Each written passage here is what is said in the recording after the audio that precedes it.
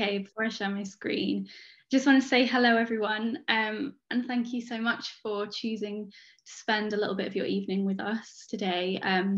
My name's Maddie and I'm a content designer working at TPXimpact, and I'm here with Josie to talk to you today about the highs and lows of content design. We've chosen this topic because we've actually just reached our 3-year anniversaries as content designers. And so we've actually naturally been feeling quite reflective about it. There are loads of lessons we've learned and challenges we've faced, but there's also been some really good wins and key takeaways, all of which we'd like to share with you today. Some might resonate, some might not. We haven't really seen a content design related talk like this before, so we thought we'd open up a safe space for us all to come together and have a chat, and perhaps we can learn something from each other. So we're going to be using a Miro board to accompany our talk today, and I'm going to pop the link into the chat so you can follow along if you want to, but I'll also share my screen if not. We would like this to be as much of a conversation as it is a talk, so please do join in on the interactive part if you're comfortable doing so. And we'd also love to hear any feedback from you afterwards, so feel free to reach out to us on Twitter. So with all that being said, I'm going to share a link and I'm going to share my screen. Bear with me 2 seconds while we get this admin over with. We never use Zoom, so this is all fairly new to us. Share screen. Entire screen. Cool. So we've done the intro. I'm going to hand over to Josie now to talk to you a little bit about how we got here. Hello, I'm Josie. Nice to meet you all again. Thank you for coming. It's really nice. Good numbers today as well. So good and also nervous. So I just want to check first of all, can everyone see Maddie's screen? I can't. We don't normally use Zoom. Just anything to let us know would be good. So I can't see Maddie's screen. No, I didn't think so either. Can you try that again, Maddie? Thank you in the chat as well for your help. So showing entire screen. Let me try Chrome tab instead. Well, that looks good. Yes, now I can see it. I'm hoping that's working for everyone. Yes, okay. It is. Good, thank you. I'll crack on. So, how did we get here? So first of all, we're just going to do a little bit of a sort of from here to now, that kind of reflection that we've started with to see what we've done in the past. We're also kind of, as a side note, interested in the different ways that people get into content design as well. I like that kind of stuff. So 2014 to 2016, I was a company director of my students' union. Means I was elected to kind of represent it. Also, for example, I was the line manager of the chief exec. It was a £4.4 million turnover company, so a little bit different. Lots of stuff in there. After that, I went off into the real world, into a string of risk roles, and regretted getting into the real world. You can see me snoring. Not great. I was accidentally doing content design, and nobody wanted it, so it didn't go down very well. Struggled with that. And then, although I learned a lot. And then in 2020, I got my first content design role in a bank, and it was that thing where the clouds parted and the sun shone down and my chair lifted up a bit, I swear. So really happy to find that. That was sort of complete accident, really. It was in the bank that I was working for at the time, so it was much easier to get into that. And luckily, I had lots of transferable skills that I was able to kind of demonstrate, and they were really kind to let me in, and I learned so much. And then in 2021, I moved away from the bank, and I got a new job at a software company, totally different, much bigger team, lots more going on, kind of hectic, learned loads there too. And then now I'm a content designer still, thank goodness, at Opencast, as Millie said, and I'm currently working on a government project within DWP, which is we're trying to make it easier for people to apply for a health related benefit. So that's really cool, enjoying that. Although still there are always hurdles. What about you, Maddie?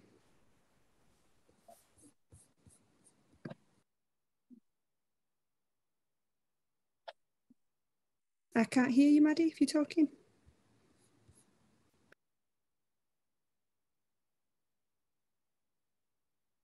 We're having an absolute nightmare today. Okay, the host has unmuted me. Got you. Go ahead. So sorry, everyone. 2017, I graduated from uni, had absolutely no idea what I wanted to do, thought a marketing job would be the best fit for me at the time. So that's what I went off to do, got a grad job in marketing. And a couple of years later, I was told that that marketing job was going to be made redundant, and I really loved where I was at the time and I really didn't want to leave. So I started kind of looking at what else I could do within that company. It was a UX agency at the time, so I was kind of having chats with different departments and kind of figuring out what I might want to do next. And I was very open to the thought of, you know, like joining as a junior and just kind of learning everything new again and working my way up. So in a year later, I did start that junior content design role. It was at the UX agency, but we had a big contract with HMRC at the time, so that's where I was based. I was there for 6 months, really enjoyed it. It was like being thrown right in at the deep end, but I feel like that was the best way that I learned the ropes. 2021, I moved to Sage, who some of you might have heard of, a payroll and accounting firm, and was working on a lot of different products there, very different to what I was used to. And now I'm working at a company called TPXimpact on loads of different public services. At the moment, I'm currently working with the Department for Levelling Up Housing and Communities, DLUC, and I've been on that project for a few months. Over to you, Josie. So within that time, we've worked on a lot of different projects, and here's just a little snapshot of some of those things to give kind of a view really of how different it can be, even though you're in one job. So I've made information about overdrafts easy to read and understand. That was a really good kind of in at the deep end type thing, like Maddie said, working out how people read and understanding. I read the content design book which someone gave me, which was the best thing I'd ever read, and it was locked down too that I started that, so that was good. That was a really good crash course in that. I've designed a tool for employers to predict employee absence. That was really cool stuff. It was really experimental and working with AI, I think it was behind it, driving it. So that was really cool. And with a really nice interaction designer too, which makes all the difference. I've improved usability and accessibility of an online application form for business bank accounts. Boring, right? But not really, because I learned loads of stuff about making really boring stuff accessible and easy to use. That was another crash course at the same time.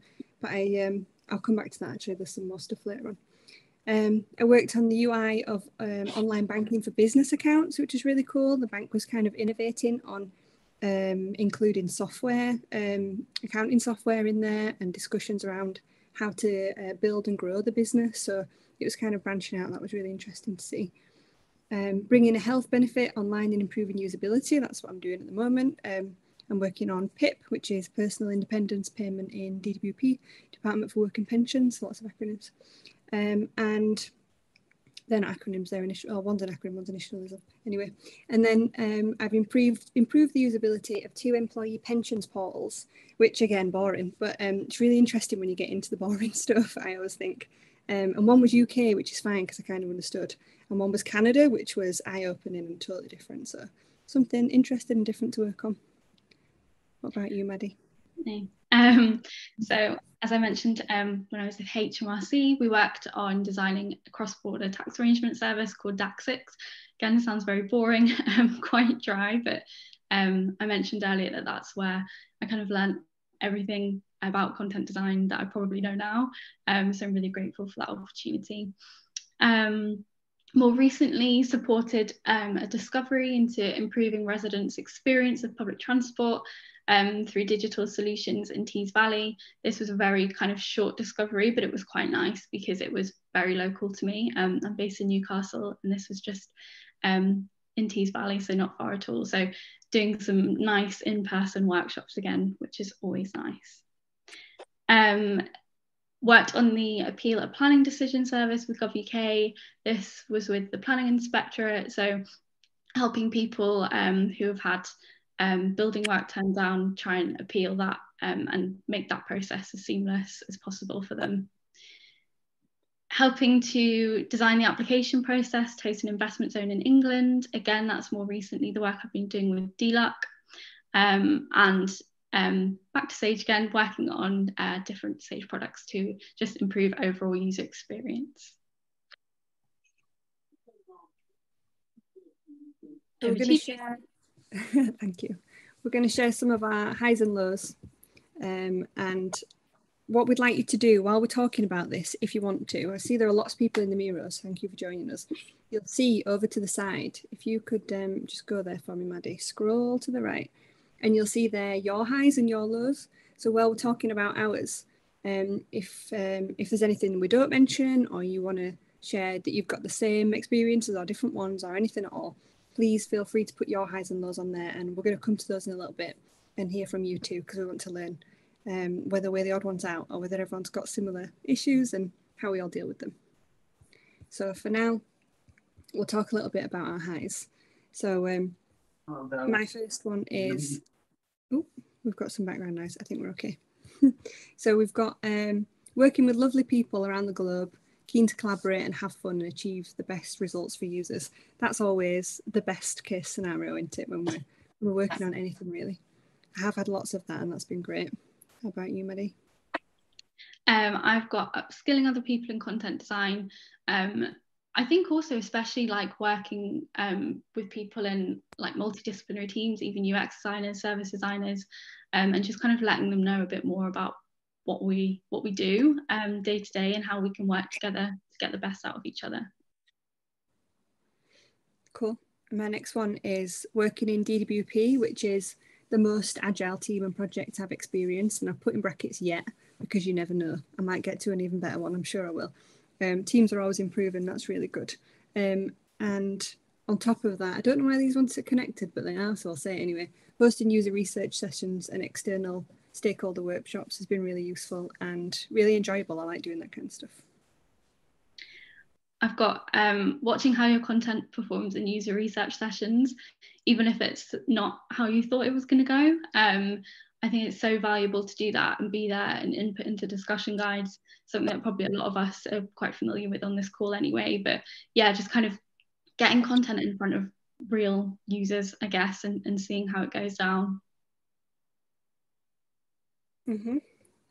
I had a crash course in WCAG, or I should explain what that is. That is Web Content Accessibility Guidelines, which I was learning on the job, so that was good. Had the opportunity to use DAC, so many acronyms, which is Digital Accessibility Centre, and they basically come in and they accessibility check and audit your work with like expert users of different accessible tech, so like screen readers and voice, my goodness, my brain's gone. What's the word I'm looking for? Voice recognition software. So that sort of stuff. Their reports are absolutely fantastic. I couldn't believe my luck. And I managed to look through that. That was on that really boring business account application form. And also the opportunity to work with a really good accessibility specialist, which is in a different place. And I learned so much from them. So that was really good. I've got down learning from other disciplines in multidisciplinary teams. So like I mentioned earlier, getting to work with service designers, user researchers, interaction designers, and just kind of learning from them and becoming maybe a bit more generalist. And I think we always have that content design specialism, but it's quite nice to be able to learn more and know more about different specialisms as well. Yep, I've got one similar to you, to be honest. Conducted user research with internal company employees, which was like a soft introduction to it. We weren't actually allowed to do it with outside employees, and we didn't have enough user researchers to do it. So myself and interaction designer did whatever we could to get the closest to users as possible. So that was quite interesting. Quite proud of what we achieved, to be honest.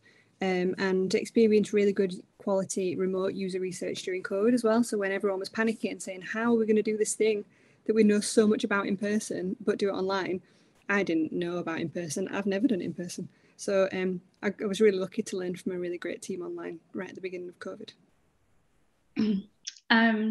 Working with brilliant content designers in your team. Very fortunate in our team, we've got quite a few of us can't remember off the top of my head how many. We're quite a small team in comparison to other disciplines in the company, but we still, we're very tight-knit, and we can rely on each other in the community for things like asking for feedback on and doing crits, things like that, and just learning from each other as well. I think that's really valuable.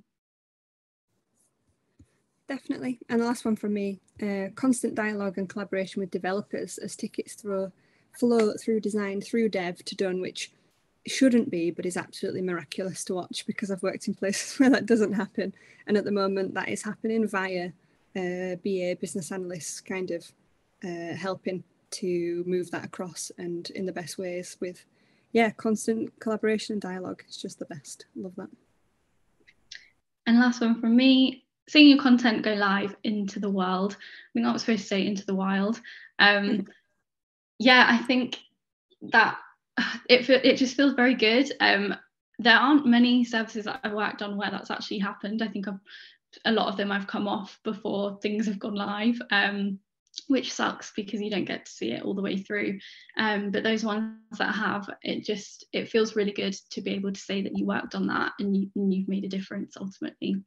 So a bit of a cliche one on here, but it's okay. No, I think it's a good one. So we're going to move on to our lows and how we tackle them, or how we have tackled them in the past. This is where we get into the juicy bits. Maddie once shared, I think it was a screenshot from Twitter, that someone said, content design is saying you should have invited me sooner, over and over until you die, which sometimes it feels like that.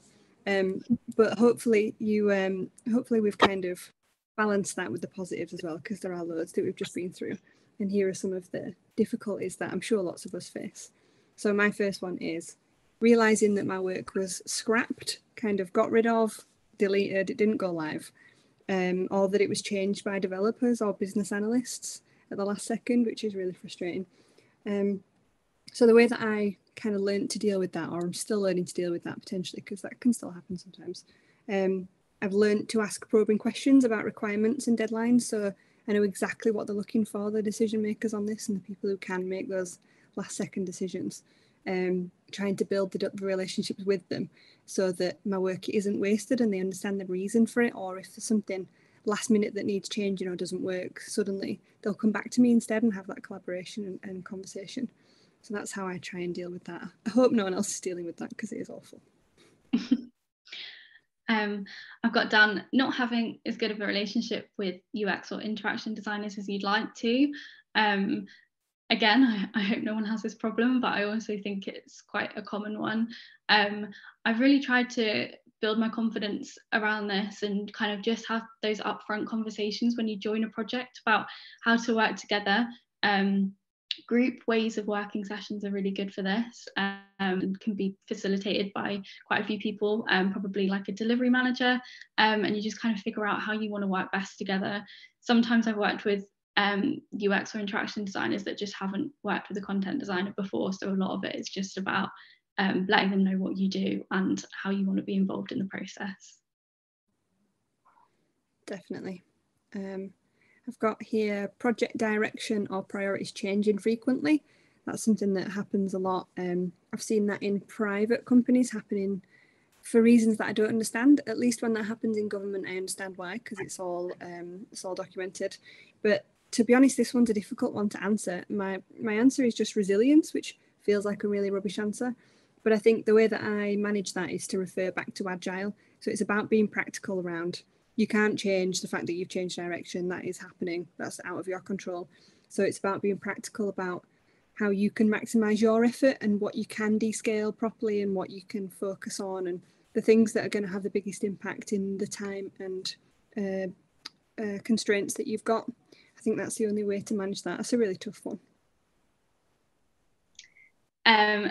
A bit of an odd one, research participants not showing up for sessions. We've probably all maybe experienced this too, and it's really frustrating, but I completely get it. I think one of the projects I worked on recently, we weren't great at sending reminders, so this is a lesson I've definitely learned. Sending reminders, also scheduling screening calls as well, just kind of lets them know that this is happening and you're giving them that reminder that a session is actually coming up, and using incentives as well if you can. I know that's not available to everyone, but kind of gives them a reason to come along. Content design being constantly overlooked or undervalued, and this makes me want to use like the skull emoji.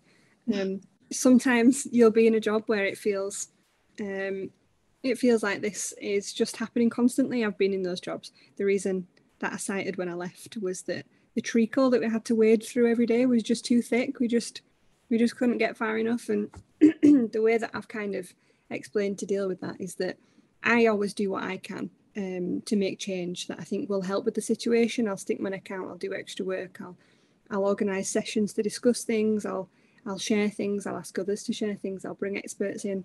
There's lots you can do. But sometimes you do actually have to just consider whether the right thing is actually to go somewhere else, and maybe actually that job isn't for you. I've definitely got to the point where I've been burnt out sometimes. And it doesn't matter what you do. Sometimes you can't make the effort, you can't make the impact that you want to, or in the time that is kind of reasonable for you. So I've put a bit of a stinger on there that sometimes we have to consider ourselves and maybe move on. Lack of structure around how projects are managed. This is something I've realised quite recently, but also because I think I've realised that because a project is structured differently to how it's been before on other projects I've been on, doesn't necessarily mean it's wrong. It just means it's different, and you can always ask for more structure if it's needed. I've definitely done this before. I've put my hands up and said I'm really struggling with it, raising it in retros, one-to-ones, and just chat with the project team about how you're feeling and seeing, you know, what can be done to help you feel a bit more settled within the project. Yep. I've got that one there about colleagues having little knowledge or interest in accessibility, but this is my last one, and I feel like I've already mentioned that, so I'm going to scroll down just to the next one down, Maddie, because I've got there MVPs, minimum viable products, not being viable. I think sometimes people forget that you can't just strip things out in order to make the release, because it won't necessarily be useful then for users. And I wrote this at the time, when was this? A couple of days ago, when I was basically writing a report for, I say a report, some reasons on a Word document for why something shouldn't be scaled back. So I was trying to represent the impact on users so that it could be considered against the amount of dev effort. It seems like dev effort sometimes is the only thing, but we don't balance that against the impact. So I'd encouraged more informed decisions on, or better informed decisions on what can be reasonably de-scoped for an MVP. But I wanted to move down to this one because happily, the sort of fuss I made to begin with to say how such a big deal it was at the very beginning meant that I didn't even get halfway through my report, and people reported back to me that actually they decided not to de-scope it, partly because it wasn't as much dev effort as they thought, which obviously is the king. But yeah, those discussions really helped, and I didn't even get to the point where I had to kind of argue my point. So that was a really good one. That's a happy story. Happy stories, we love those. Laura Mipsum, God, what do I say about that? Yeah, so many projects where this has just kind of become the norm. Being told it's okay to go into research sessions with it. You know, we're testing usability, and you're kind of pushing back and saying content is the usability. But again, I think this is an education piece, and just try and educate others about why it's not helpful. Not everyone knows that, and that's okay. But agree, it's very frustrating when that happens. It's frustrating when it happens over and over again. I think I've got some more, but we've got some notes on the board, so I don't know whether we should fly over there and see what everybody else is thinking. Sounds good. Thank you everyone who's put notes on so far. Feel free to put some more on. I think what we'll do is we'll ask anyone if they want to either talk about one you've put on there, or if you want to just raise your hand and chat away to us, or put something, type it into the chat if you want to. We've got the raise your hand function here, so if anybody wants to talk about a note they've put on or something else, raise your hand and we'll have a chat. And if you don't want to also, that's fine, obviously, totally optional. I'm going to start reading through these if we don't get any. Now, I can't see any raised hands, but I don't know whether I'm just not seeing them. Can you see any, Maddie? I'm sharing my screen, so I've not got Zoom open. Okay, well, I don't think we've got any, so I'm going to start reading through a few. So we've got have an amazing team and we're all learning loads together. That's really nice.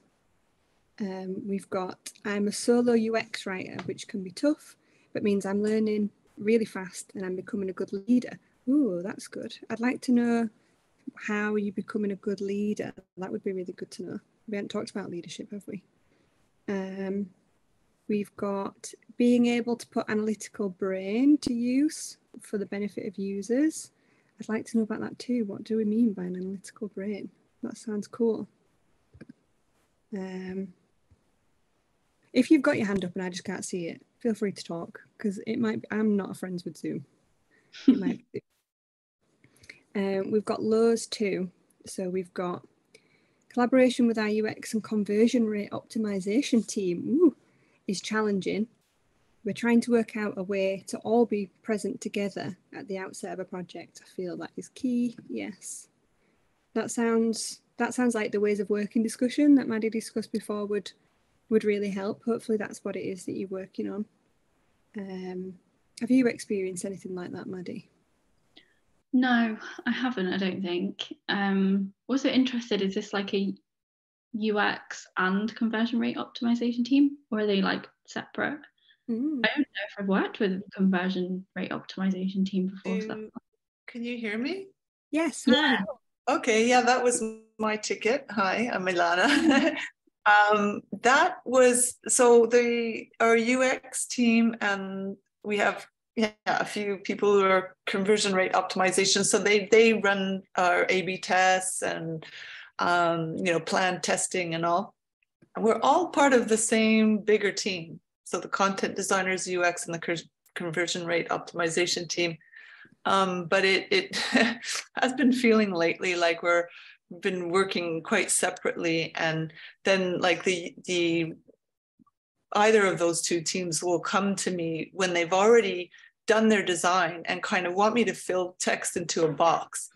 And now I'm pushing back and saying, well, no, like, guys, I need to be in your conversations earlier, because I don't just put text into a box. Like, I look at the whole, how it's laid out and how information is flowing and stuff. So I need to be, involved earlier. So, and it seems like the conversion rate optimization team have this quota of amount of tests that they need to do per week. And it feels like they're shoving these tests down right now. I hope nobody's from my company here, but I love them all. They're really awesome people. But I think we're just all learning how to work together. It's becoming apparent that we need to be involved in projects all together at the beginning. Sounds good. Really hope you've got someone, in my experience actually, it's really good if you can get someone outside that team to host a ways of working session, and then you can all equally take part. Nobody's kind of leading it or in charge that's in part of the team. And you can all make sure you're kind of on an even playing field. So that might be something you could take forward. Yeah. Josie, we have someone with their hand raised in the chat, and also someone's put quite a long message in the chat. Thank you. I've put the long message in the chat into the board. Perfect. Thank you, Alicia. And is it Christina? Yeah, hello. Go ahead. Hi. Yes. Yeah, I'm the solo UX writer. So yeah, what I mean about becoming a good leader for that one is that it is really up to me to make all of the decisions about all of our processes. So that has been, I've had to learn very quickly and, understand all of the problems in the business. And yeah, that's it. I've just had to put everything in place and teach everybody how to work with me. Being a leader, I would say, it's not something I've really done before, and I don't think it really comes naturally to me, but for that reason it's been good for me, really. And I also obviously put being a solo UX writer in the difficulties column, because it's tough not having a team to talk about things with, to bounce ideas off. And I really rely on things like this to get advice and to speak to people about just the day-to-day work. It's really helpful. Cool. Oh, thank you for coming. That's really interesting because I'm going to kind of skip us ahead. I'll come back obviously, but Maddie actually asked the question when we were setting this up. How can we all keep in touch? Lots of people talk and have really good discussions like this. People like you say, this is really great because I don't have a team, which I've been like that in like a really small team. And if anyone's got any ideas that you could stick in the chat or that we can try and implement, it would be great to kind of stay in touch somehow. I know there's Twitter, but it's not that good or it's not that useful. Yeah. Any ideas, let us know. Thank you for that, Christina. We've got some more goods and I'm drawn to them, so I'm going to read them out. Communities like this one where we can connect with like-minded folks, that's nice. Working with a designer who values content design and the two of you reach that back and forth flow state where you work together in sync. Yay, that's really good. I'm really glad that at least someone, I mean, I am too, I can't say I'm not, but I'm glad that lots of people are experiencing that too. What about you, Maddie? Have you seen any that have stood out to you? Really, I've kind of been zooming out because I'm aware people are watching off my screen as well. Not being invited to meetings, someone's already +1'd it. I completely agree. This is really frustrating, and I don't know how many times you can say I need to be in the meeting. Even like kick-off meetings with projects, it's happened before where you just haven't been invited, but then you're still on the project. So then other meetings are happening and you miss the whole kickoff. So you kind of don't really know what's going on, and it's horrible. It is, I agree. There was a particular place that Maddie and I have both worked where that happened every single project. I had 11 projects at once and I don't think I went to one kickoff session for a long time. So I know that can definitely happen. I'm gonna come down to this one. We've got two here. I'm on I don't know if you can see me, Maddie, because you've turned off the cursors, but the two lime greens stuck together. Proving you're a content designer, for example, in interviews, when you haven't been labelled as such, even though you know that's what you are. Yes. I'm so lucky I started as a content designer just by accident, but that must be so frustrating. And we've got demonstrating impact in capitals. I don't know whether you like shouting impact, which I feel, or if that stands for something. Does anybody who, if you want to and you wrote that, would you like to let us know what you mean by that?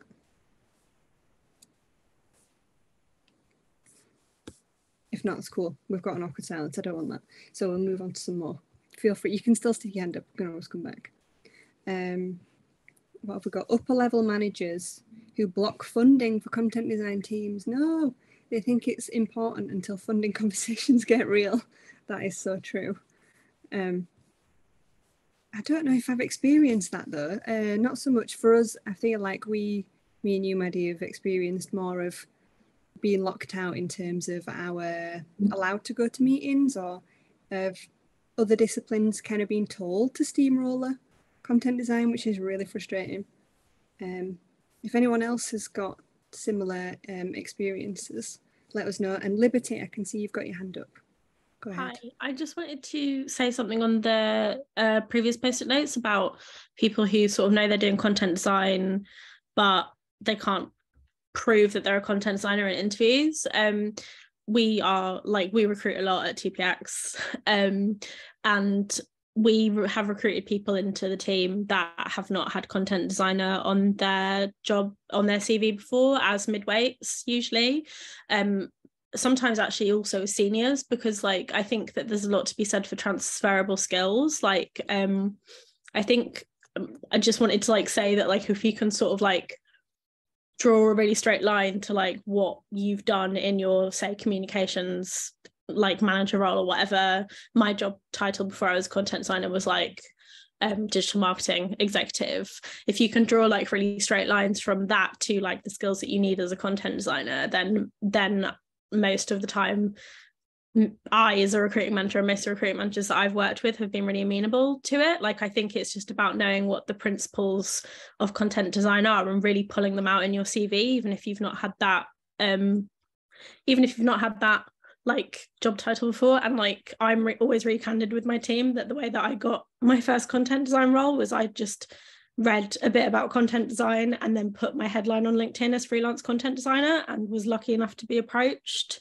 like by the British Heart Foundation for a role. So like I think that, you know, if you've got the kind of like base level knowledge and skills there, you can be a content designer even if that's not the job title that you've got, and hopefully any good employer will see that in you. Hopefully that's helpful to the person who put this down. Definitely, thank you, that's really good.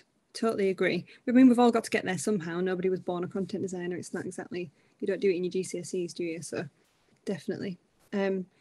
Maddie, I've seen one that I think we might be able to answer, which is down a bit to a yellow and a red stuck together. Yeah. So we've got someone said, getting a content design job and then getting there and realising there wasn't buy-in for content design and no interest in using our skills. Ended up just leaving, the appetite wasn't there, which is really sad. And someone's asked, I'm guessing a different person, I'm interested to know how to avoid going to a company where this might happen. What do you need to look out for? What questions should you be asking? I think straight away you've got the right idea. It's the questions you ask. I learned this the wrong way as well, a sad way. And what it taught me was not to just jump out of the frying pan, I've got it wrong now. Out of the, the frying pan into the fire, whatever it is. I thought the role I was in was awful until I got into the new one and I realised that the first one was actually all right. And yes, I had the same experience as the yellow, the first post-it note. So for me, you've got to ask questions like, how are you organised? How do all the content designers meet up? How are decisions made? What are the sort of design principles and practices that you use? I would personally straight up ask, do you use Gov? Because I've always thought that Gov was the best, to be honest. Or is it like a variation of Gov? Sometimes I think you can tell by the interview as well, or like a pre-interview. You can tell by the questions they're asking you, and sometimes if you can give them information that surprises them. I should have known in my interview for this company that was actually a bit of a shocker, and that they should have known that as the hiring manager and another experienced member of the team. So I think it's about keeping your eyes and ears open, judging for yourself, and asking those questions that might expose kind of the gaps that you think should be there and might not be there. Maddie, do you think I've missed anything? Is there anything else you can ask or do? I don't think so. I think it is just key with asking questions, but I also realise that they can get tiptoed around as well. So unfortunately, I think sometimes it's just one of those cases where you end up, unfortunately, you take a job somewhere and then you soon realise it's not what you thought it was going to be. And then you then have the question of how long do I stay before I leave? Do you kind of stay and get a little bit of experience and then go elsewhere, or do you see it out? I don't know. I think you just have to gauge how you're feeling at the time. But yeah, that sucks, and have definitely been there before. Yeah, definitely. We've got Rachel as well said asking how they involve content design in a workflow can be a really good question at interview, and at what point. I think that's a good point. I think knowing more about Agile now, I would ask questions around Agile, because I think I can identify that was the problem in some previous roles. But I guess if you don't know much about Agile, that can be difficult too. And I think the other thing that now was important to me at the time, but I didn't realise that it wasn't standard, was accessibility. So I would ask, how do you organise accessibility? What are your teams what's the standard? What are you up to? How do you do it day to day? And if they can't answer those questions, I guess you can read between the lines that that's not really something that they're up on, and you can make a decision then whether that's something that you want to be involved in or not. I hope that helps. You pick another one, Maddie. Designers and managers who say this won't take long, it's just one line of text. I feel like all of these are like becoming memes.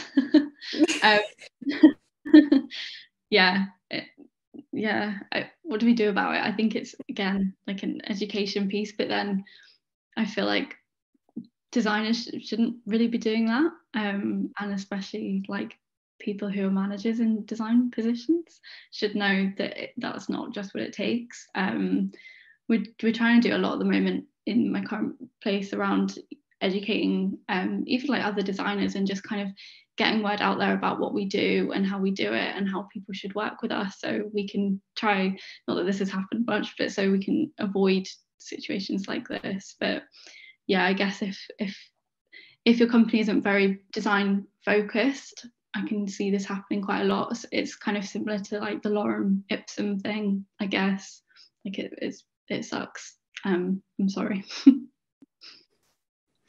Definitely does. I'm thinking it's 6:15 and we need some time for questions, and I don't want to have everyone hanging on too long because it's an evening. But I'm just going to finish on a good one, because why not? So we've got advocating for the user as opposed to what I like. It's empowering.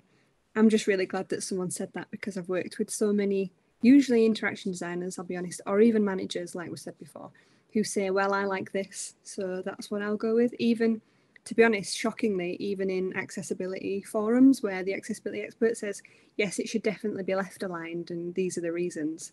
And then the designer goes, yeah, I like it in the middle. I'm going to keep it in the middle, which I find shocking, but happens a lot. So I'm really glad. I think it's common, to be honest, among content designers that we do what's right for the user, in my experience, more than in other disciplines. I hope that's just because of where I've worked, but now I'm in a good team and I don't see that as much, so maybe I'm wrong. I hope so. So I think, what should we do, Maddie? Shall we move on? You happy with that? Yeah, go ahead. Cool. So on the next section, Maddie's got together some good, what's the word I'm looking for? Articles, I guess.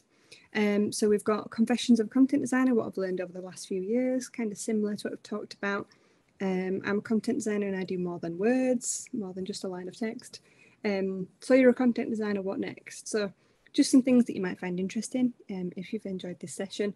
And underneath as well, we weren't sure if this kind of thing might attract people who are less experienced or who aren't even content designers or aren't even sort of UX designers or whatever. You're all content designers as far as I'm concerned. So if there's anyone here who's here just to listen and get an idea, then here are some really good starter off resources for you to use as well, if anyone wants those, but I think most of us are more experienced in that. So that's kind of it for the talk. Move over to the last, it's not a slide, what do you call it, a frame? Thank you for listening, and plenty of time for questions, like Millie said. So thank you very much. Amazing. Go ahead. Thank you so much. Yeah, so we've got 12 minutes for questions. Someone's asked in the chat if we're going to be posting the link. So what we'll do is we've recorded this session and we will put it on YouTube, and we'll put all the links in the comment thingy, I don't know what it's called, underneath the video, so you can see them all there. So while people are thinking of questions, and for questions you can either post them in the chat or maybe raise your hand if you want, and then we can invite you in to speak, just because there's quite a few people on here. So we're waiting for that. So I went to a really great talk by someone called Erica Jorgensen maybe, who's the Director of Product Content Strategy at Slack. And on the topic of lorem ipsum, she said it actually translates as pain. Well, no, lorem ipsum is actually short for dolorem ipsum, and it translates as pain itself, which is quite true, I think. So yeah, that's something to remember as well. So let's have a look in the chat. Can't currently see any questions. Lots of really useful and interesting comments. Just check and see if anyone's got their hand raised. No one so far. And there must be somebody with a good question. What happens to this chat when we finish, Millie? Because there's so much good stuff in here. There is, isn't there? So I think because we're recording, it will also record save the chat as well. So I'll figure out a way to keep that maybe and share that as well, because you're right, there's loads of really great stuff there. Cool. So we have a question from Emma. Do you want to just unmute and ask the question, Emma, if you can? Sure. Oops. Hi. Yeah, sorry, I couldn't find, I'm very used to Zoom, but I just couldn't find the raise hand thing. But basically, I work in marketing currently, and for quite a long time, I've been sort of thinking about content design. Would it be something I'd want to do? So this is a perfect talk to come to. And I've also read Sarah Winter's book. I actually did the 2-day foundation in content design course with Content Design London. I'm sort of fangirling her now, but I'm kind of interested to know, how would someone working in marketing move across to content design, and also sort of what would you say are the transferable skills from marketing and comms roles? I think we both have things to say on that, but since you worked in marketing, do you want to go first, Maddie, or shall I? You go ahead first, I'll follow on. Yeah, so I have actually helped someone get from a marketing role to a content design role before, and like Liberty said, I like that phrase you used, Liberty, about using drawing a straight line. That's really cool. So it's mostly about your transferable skills, and I think there are lots in marketing, but I also think there are lots in loads of others too. I got from risk to content design, which is completely different, but it is about presenting information so that it can be perceived and used in a good way and relevant decisions made. And I think in marketing, I do actually have a degree in marketing, I've totally forgot about that, but I don't like it, I don't use it, but I think there are loads because there are lots of communication in marketing. So lots of it is about kind of communicating meaning or reason or persuading even, which we do less in content design, but or sometimes you might do. So I think it is just about trying to pick up, like, okay, I've written the copy for an advert, for example, if you're doing some advertising in your marketing role, and I was able to make it work by doing this, and I considered I guess it's not the user in that term, it's the, what is it? It's the buyer. I've forgotten all the words for marketing, but it's the person that you want to take up your offer. It's kind of the same. You're reaching out to them with the language that works for them, which we do in content design. So I think it's really about considering everything that you've done that you can identify as similar to content design, and referring it back with that kind of straight line attitude as much as you can, so that you can demonstrate. Does that make sense? And does that answer your question? Yeah, I think I just need to go through maybe some content design roles, perhaps, say, like, I don't know, I'm job hunting at the moment, so I've got a bit more time and to do this kind of thing, but I maybe like, but this is, I also wrote that red post-it comment about, you know, what are the questions to ask, because actually there's a lot of roles out there called content design roles that aren't in the sense that you guys are talking about it. So that's why I'm kind of looking for red flags as well. But I guess it's, yeah, doing that matching exercise and then redoing my CV. I think it's a confidence thing as well, because I've worked in marketing for so long. And it's, you know, and I suppose it's just like thinking about changing career to something. And when you've done something for so long, it's, you know, it's repackaging yourself. So it's just maybe a bit of confidence boosting. And then maybe joining some communities like that's been mentioned in the comments, and just maybe speaking to a few content designers kind of about how they did it. So yeah, I just need to do a bit of work, I think. Yeah, I think the positive thing as well is that if you were used to marketing, you're used to kind of packaging and selling things anyway in that kind of way. So hopefully it's easier. You'll have the skills to do that. But yeah, I'm open as well if you want to talk about content design, how to get from marketing to content design, what you've got on your CV, how it should be. Thank you. That would be really helpful. I'll connect with you on LinkedIn. I think the thing is, in marketing, like, I feel very confident about marketing a product or a service of another company. When it comes to yourself, I don't know why, it's just harder in some way. But thank you very much. Yeah, I'll contact you afterwards. I'm conscious we don't have all that long, and we've got a fair few questions. So if it's all right, we'll move on to the next question. Maybe Maddie can have a think about it, or one of you, and then maybe we'll just kind of keep it going, if that's okay. So we've got a question here from Andrew. How are you feeling about the role of ChatGPT in content design? So possibly, well, for either of you, I guess. Yeah, I've been working with some people at the moment, fellow designers who have been using it, not content designers, but to kind of, if there's some content that we need, and maybe one of us isn't available, I know they've been trying to use that instead. And yeah, we have been trying to have a discussion as a content design team about like how we could try and avert people from like relying on a tool like that. I think for some stuff I haven't actually used it myself, and I don't want to start in case I kind of get hooked on it, but I think for some stuff it's probably going to be useful, but what it can't do, you can't like rely on user needs for it, and there's no user research involved, and you know the work that you do as content design is all centered around speaking to users and you know using that information to help structure your content. And I just feel like there's always going to be that gap that a bot or whatever it's called, an AI, just can't achieve. Yeah. So I think the short of it can probably help in some things, but I think for our jobs, I think we're going to be okay. Question from Kat for Josie. What advice do you have for transforming a team of content writers to content designers? That's tough. I feel like lots of it's probably already there, and it's just about, for me, it was about learning kind of the science of it. So it's about learning how people read and how people use services, and seeing lots of user research. So I guess that might be the difference between content writers and content designers in your ways, that maybe you might not do kind of the research with users, and that opens up huge kind of opportunities to learn about how your users use whatever it is that they're using. So I think that's probably step one, if you can manage to do that. It might include some recruitment of researchers, I guess, but you could probably do it yourself a little bit too, or start to move that way.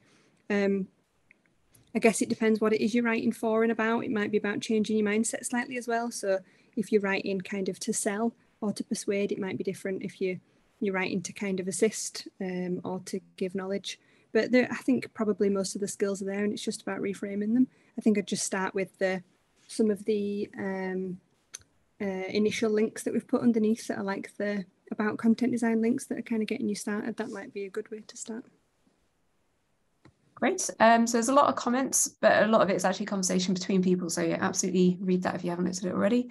Here's a question from Rebecca. What's a good way to effectively challenge graphic designers who ignore accessibility as it messes with their vision? Presumably that means vision as in ideas rather than like how they see. Yeah, their ideas. Yeah. Yeah, plain English thing then.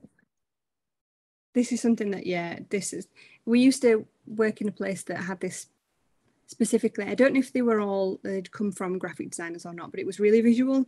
They wanted it to look nice before they wanted people to be able to use it, which, drives me mad, I'll be honest. I think the easiest way to change things for me was to bring in the accessibility specialists we had and explain that they said this should be this way because they recognise that person as the specialist.